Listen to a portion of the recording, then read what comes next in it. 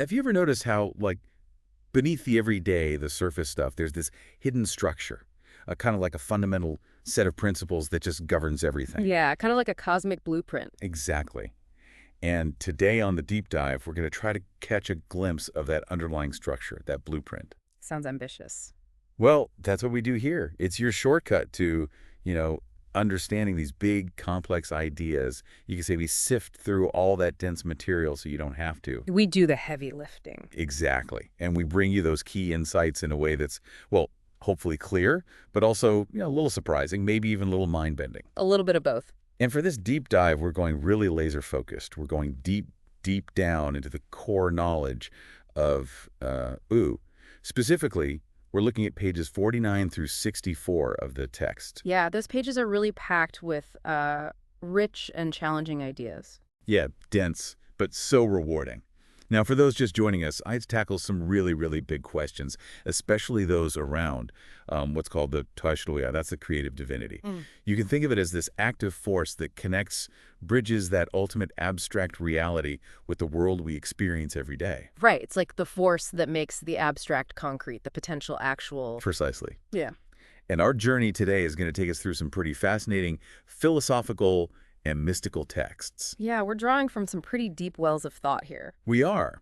And our mission is simple. We want to make the essential ideas in these pages of IA not just understandable, but truly insightful for you. We really want to unpack this core doctrine, and that is that the very impulse, the driving force behind the world's creation, comes from the divine essence's deep, innate desire to know itself. Right, to know itself, the very act of creating, bringing things into being. Exactly. Okay, so we're talking about like the fundamental drive behind existence itself. No small feat for a deep dive. Definitely not. So let's jump right into it, starting right where this section of A Contrarian begins on page 49.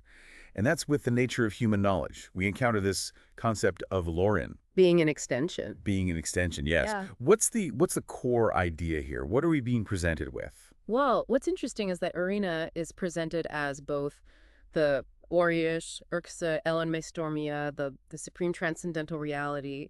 You can think of that as the ultimate reality, that overarching reality that goes beyond our everyday senses. And also, it's presented as area mea, like the primary substance, like the bedrock of existence. This foundation. Exactly.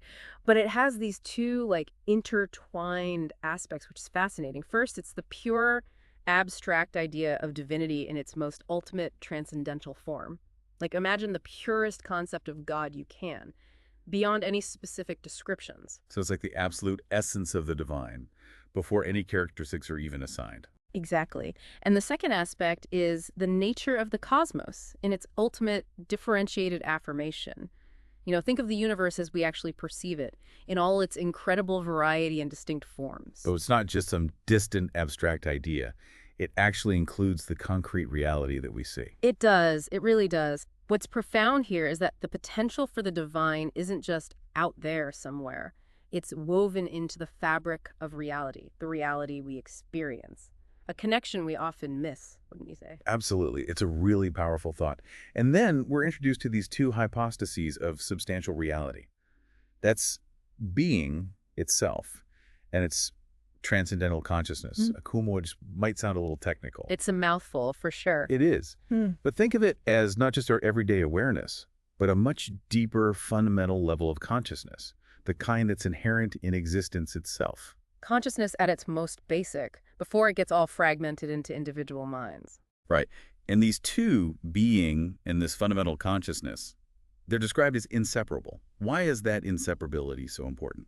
Well, it's highlighting that at the most fundamental level of reality, existence, and consciousness, they're not two separate things. They're like two sides of the same coin. Transcendental consciousness is the very inner nature of being, and being is the ground upon which this consciousness exists. They define each other. They do. You can't have one without the other at that primal level. It's like saying that to be, at its absolute core, is to be conscious. I see. A unified view of ultimate reality. And this leads to a contrast between the absolute world, with its integral consciousness, and the world of differentiated being, our cosmos, which is described as a field with varying degrees of consciousness. So this brings us to this concept of egomakrility, the general cosmic consciousness as something created, versus the integral consciousness of the transcendental absolute world. Can you help break down that distinction a bit? Sure, the absolute world, with its integral consciousness, is seen as whole, unified, complete, like pure, undifferentiated awareness. Our world, the world of differentiated being, is characterized by varying degrees of consciousness. Think of it like light passing through different filters. You get different intensities, different shades. This variation gives rise to general cosmic consciousness, which is considered created or finite, because it operates within the structures and limitations of this differentiated existence, unlike the infinite, unified, integral consciousness of the Absolute.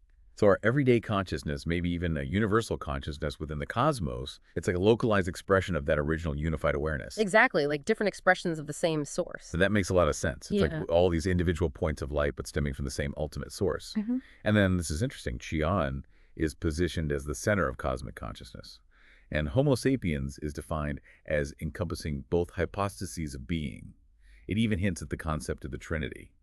How does our very existence bridge these seemingly vast concepts? That's the truly fascinating part. The idea that humans, in our very nature, embody both aspects.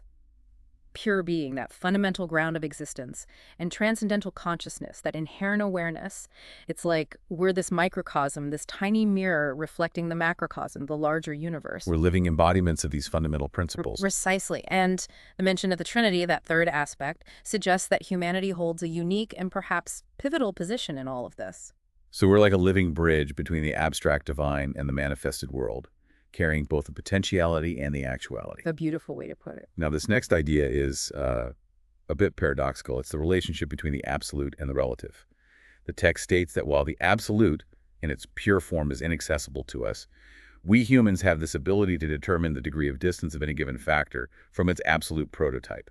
That sounds like a key insight for how we can even begin to understand the universe. It is. It's saying that while our finite minds can't fully grasp the absolute, think of trying to contain the entire ocean in a cup, we can still analyze the relative world around us by seeing how closely it reflects that absolute ideal.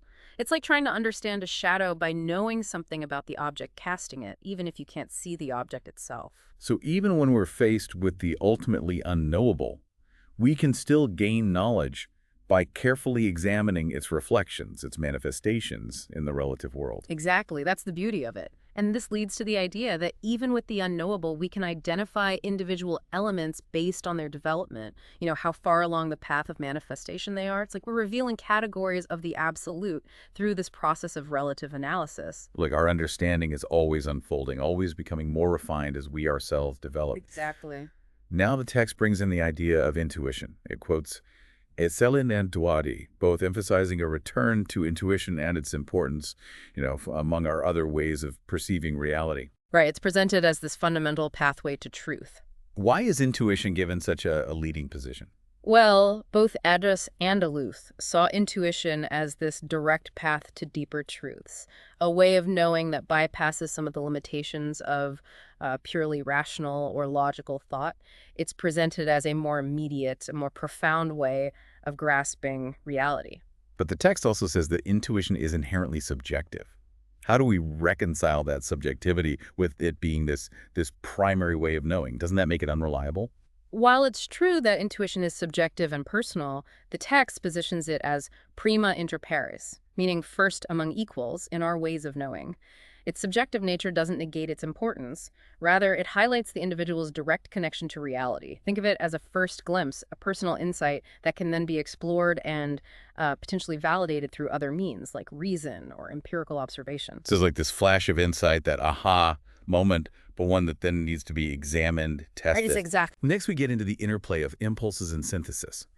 And the text introduces this idea of the cosmic passive environment as kind of the phenomenal picture of the world, everything we perceive. How do these impulses and our feeling of synthesis relate to this environment? The cosmic passive environment is like the stage on which the universe plays out, the field where all these phenomena appear. And the text gives us this formula. It says, man lives in a world of realizing impulses, but through the feeling of synthesis achieves a priori knowledge of polar opposite principles, substantial actors, and so on. It's a mouthful. It is, but essentially it's saying that Although we're constantly being bombarded by all this sensory information, impulses from the world around us, our minds have this innate capacity to synthesize, to integrate those experiences. To find meaning in the chaos. Exactly. And that allows us to gain an understanding of the underlying principles, those polar opposite principles, those substantial actors that drive reality. It's like refining patterns, connecting the dots, making sense of it all. This brings us to the concept of the supreme synthetic teaching. This is embodied in the Anojaba, the sacred book of Thoth. What's the significance of this book in the context of what we've been talking about? Well, the Sacred Book of Thoth is presented as a system of doctrines, a complete system. It outlines the stages of Anoja, the self-affirmation of the one reality. It's the process by which that ultimate oneness expresses and confirms itself through creation. So how the one becomes many. Exactly. And crucially, it reveals the paths by which humanity can reconnect with that lost unity using our creative spirit. It's like a guidebook to understanding the fundamental nature of reality and our place within it. And this book is described as having a three-part structure with a very specific way of approaching each part. Can you elaborate on that structure a bit? Sure. The text tells us that the first part of the book, we understand it best by synthesizing knowledge from the second part.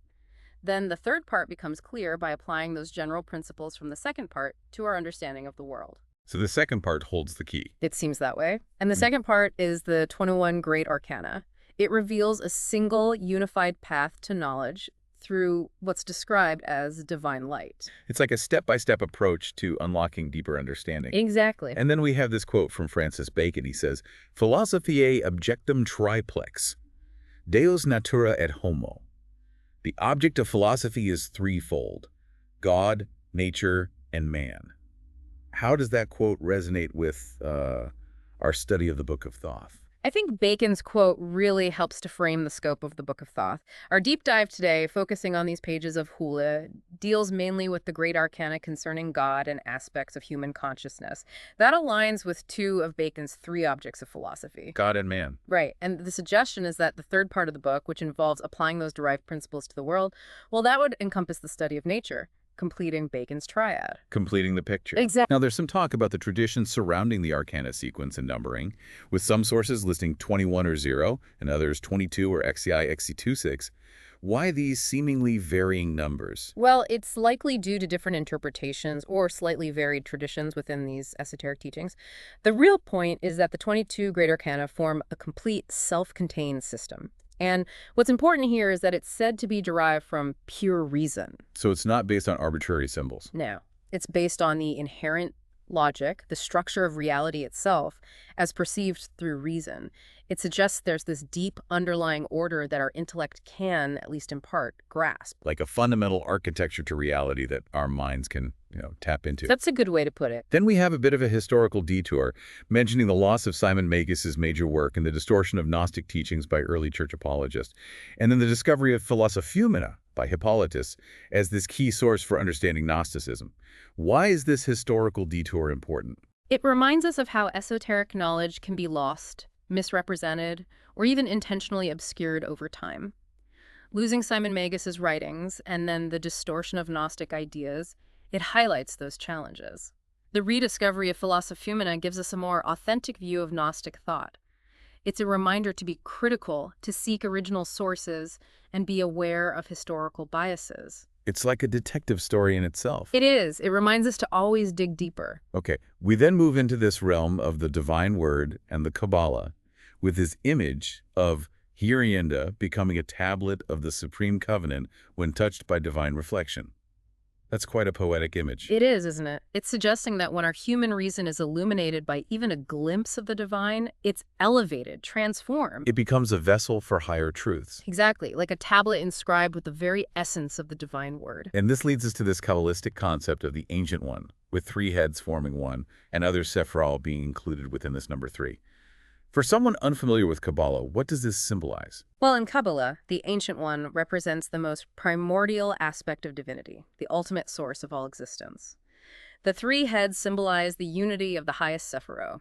It's often referred to as the intellectual realm. Kether, the crown, Chokmah, wisdom, and Bina, understanding. They're interconnected and ultimately unified. The idea that other Sephiros are contained within this number 3 emphasizes that interconnectedness of the whole Sephirotic tree. That initial triad holds the potential for everything else. So it's like this blueprint for creation. In a way, yes. Okay, so now we have the Kabbalistic phrase, ego sum qui sum, I am who I am, and Plato's hostos, that which truly is. What's the significance of these parallel expressions across these different traditions? Both phrases, I am who I am and that which truly is, they point to this fundamental self-existent nature of being, this ultimate reality that doesn't depend on anything else. And seeing these ideas in both Kabbalah and Plato suggests this shared understanding, this recognition of this core truth across different spiritual and intellectual traditions. It's like different paths leading to a similar realization about the nature of the divine. Exactly. The text then describes this merging of Egyptian teachings, Kabbalistic streams, and Hellenic philosophy into Neoplatonism and Gnosticism. And it notes how this synthesis preserved the doctrine of Roy, or being, as the highest primary transcendental category of divinity. Right, and that merging of traditions really highlights the continuity of this wisdom over time and across cultures. It's fascinating. The fact that being remains so central to both Neoplatonism and Gnosticism just underscores its importance as this ultimate source of all existence.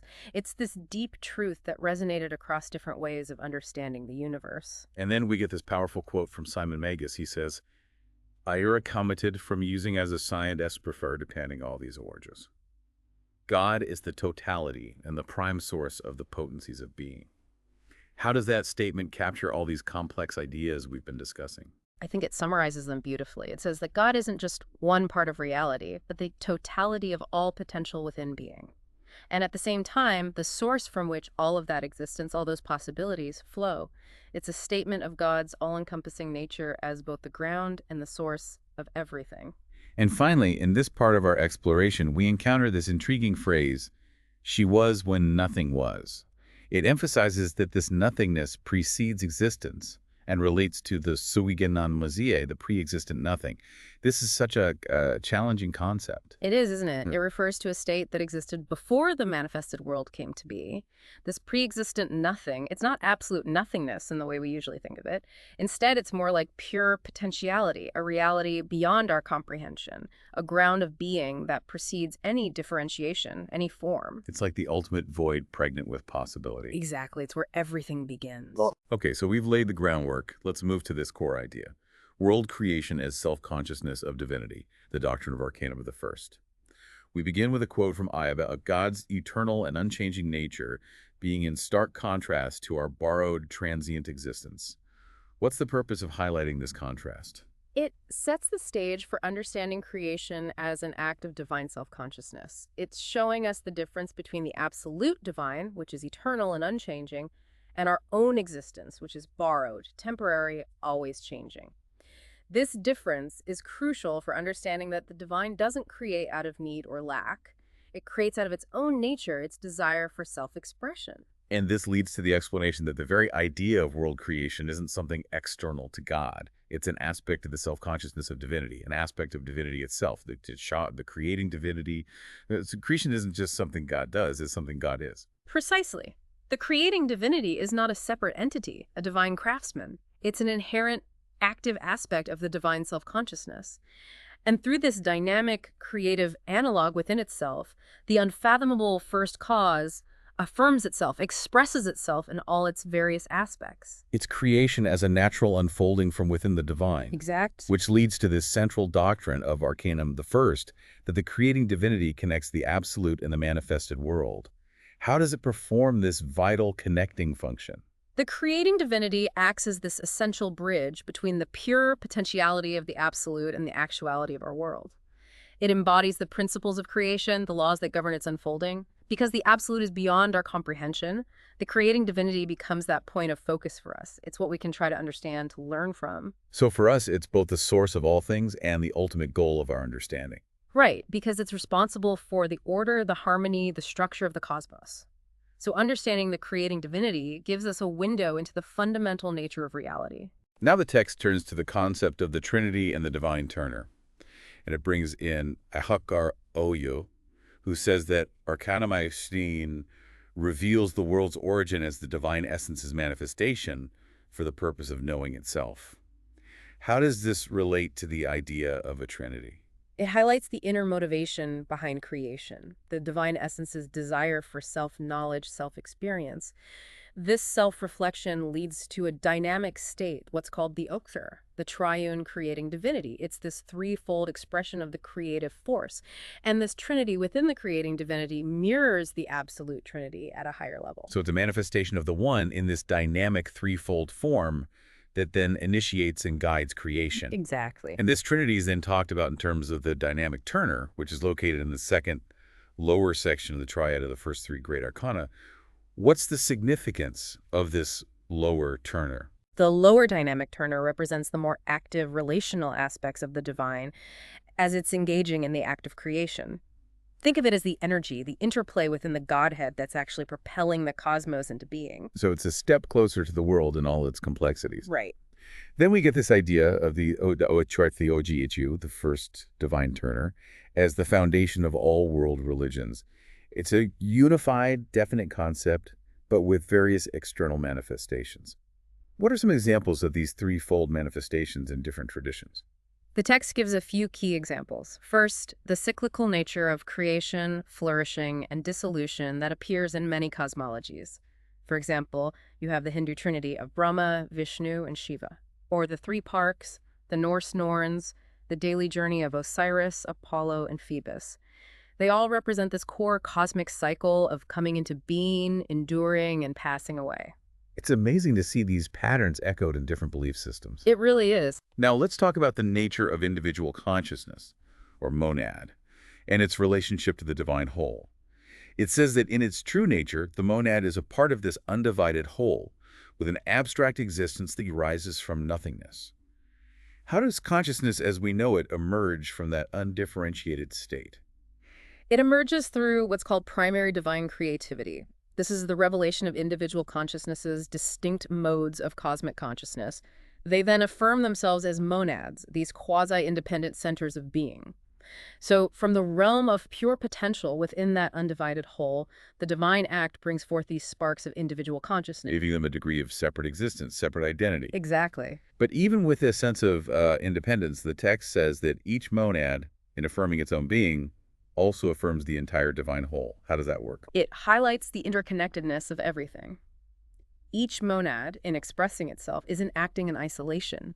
It's contributing to and reflecting the totality of the divine whole. It's like individual instruments in an orchestra. Each plays its own part, but together they create a unified harmony. A beautiful analogy. We're all expressions of something much larger. Now the conversation shifts to the identity of intellect and the intelligible. It uses Spinoza and Kabbalah. Spinoza says, De intellectum resque ab ipso intellectus unum et idem esse. God's intellect and the things understood by it are one and the same. What are the implications of this statement? Well, it's suggesting this fundamental unity between God's act of knowing and the objects of that knowledge. It's saying that God's intellect isn't separate from the things it understands.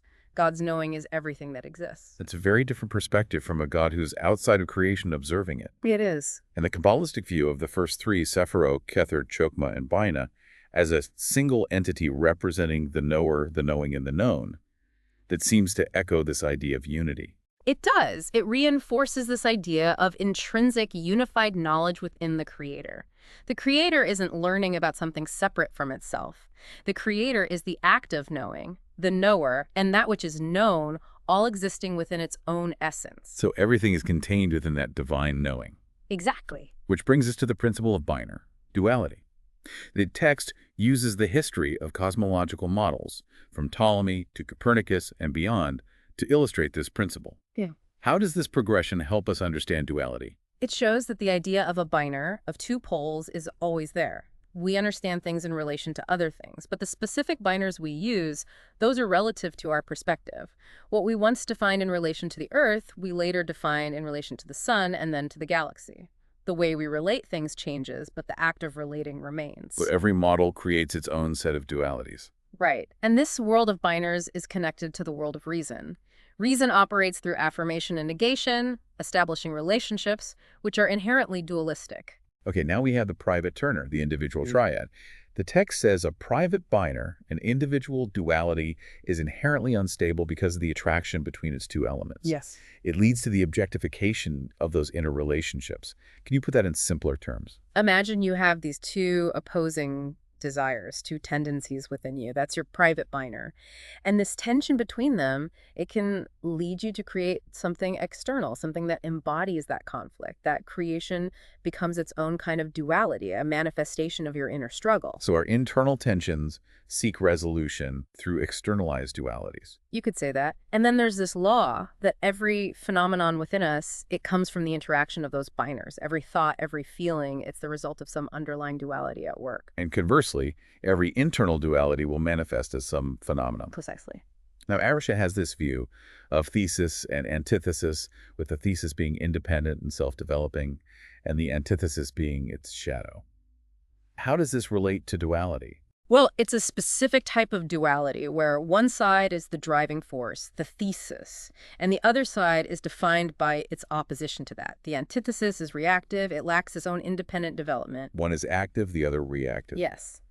Okay, there's the neutralization of binaries. Yes. This is defined as the affirmation of essence. It happens both in the realm of spirit and reason. What does neutralization actually mean here? It's the process of transcending the tension of duality. In the realm of spirit, it's a return to wholeness, undifferentiated being. In the realm of reason, it's finding a higher synthesis that reconciles those opposing ideas. So it's moving beyond conflict to unity to understanding. Exactly. And this leads to the birth of the Logos, connected to divine consciousness and differentiation. The divine consciousness, initially whole and homogeneous, transforms into the source of procreation. This seems like a crucial moment. It is. It's the transition from pure potentiality to the active principle of creation. This is often referred to as the Logos. And the Logos has this dual nature. Inwardly, it's the divine nature itself.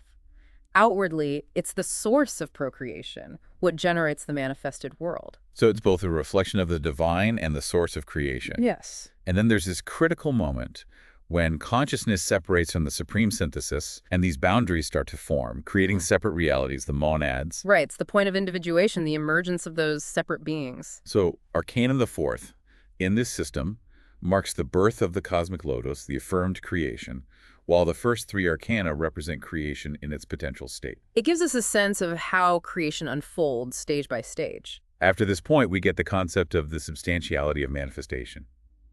It says that the reality of the manifested world affirms the reality of the divine essence, the first cause. How does the world point back to the divine? It's saying that the very fact that something is manifested, that it has substance and existence, proves the reality of the first cause, the divine source. You can't have an effect without a real cause. And this substantiality manifestation is the first and highest attribute of divinity. It's expressed through the vitality of the world. So the aliveness, the dynamism of the universe, that's God's fundamental being on display. Yes, precisely. That vibrant energy, that movement, that vitality, it's all an expression of the divine essence. And conversely, that vitality points back to the reality of the divine. And then we have this saying from the Vedanta, the Ajasha Vegbo Wayurabd in the Lorio writes in it, the power of the divine spirit is hidden by its own qualities. Right. It goes on to define vitality as the self-revealing power of a thing's own essence, that which allows it to exist, to be self-sufficient. It's like saying that the very nature of something, its essence, is what gives it life, what allows it to manifest. And there's a quote from Leibniz, Sunamichika Phenogeloianus, where there's self-manifestation, there is life or vitality. It's a powerful idea. The power to express oneself, to be, is the very essence of life. So now we come to this idea of the primary substance existing beyond the world. It's explained that the primary substance affirms its own being, is conscious of itself, lives within itself, and it's independent of any manifestations, independent of the principle of manifestation itself. It's a difficult concept to grasp, but the idea is that the primary substance, this ultimate reality, it exists outside and above the world, even though the world reflects it perfectly. So it's both transcendent and immanent. In a way, yes. It's the source, the ground of being, but it's not limited by the world or even the process of manifestation. And through its will, its self-contemplation, it can bring the world into being and then dissolve it back into potentiality. Kind of like the Hindu concept of the days and nights of Brahma. Exactly, creation and dissolution as this eternal cycle. Then there's this law of aggregation, which states that the collection of individualities forms a system that's closer to the absolute than any single monad. It's a fascinating idea. It's suggesting that the more individual consciousnesses come together, the more they reflect the wholeness of the absolute. The text says the aggregation of individualities is a holistic system, reflecting the divine whole to a greater degree than any single monad. So our connections, our relationships, those bring us closer to the divine. In a way, yes. It's a reminder that we're not isolated, we're all part of this larger whole. Now, we get into the idea of passive and active principles. The first principle of world creation is active, residing in the divine consciousness, and it's reflected in our own consciousness and work. Right, it's that creative impulse, that drive to manifest. The second principle is passive. It sets limits and represents the exclusive being of the monad, its initial state. It's like Kepler's idea of natural inertia. That resistance to change. Right. So you have this dynamic interplay between the active creative force and the passive receptive principle. It's the dance of creation. The discussion then touches on ordinary perception and positivism, how humans in their everyday lives use their perceptions to create logic and to study the world. Positivism is presented as this attempt to understand everything through those simple forms of perception. It values what's demonstrable, what can be communicated. It's a very grounded, empirical way of knowing. And then we have the idea of the Great Schism and involution. The fall from unity. Host.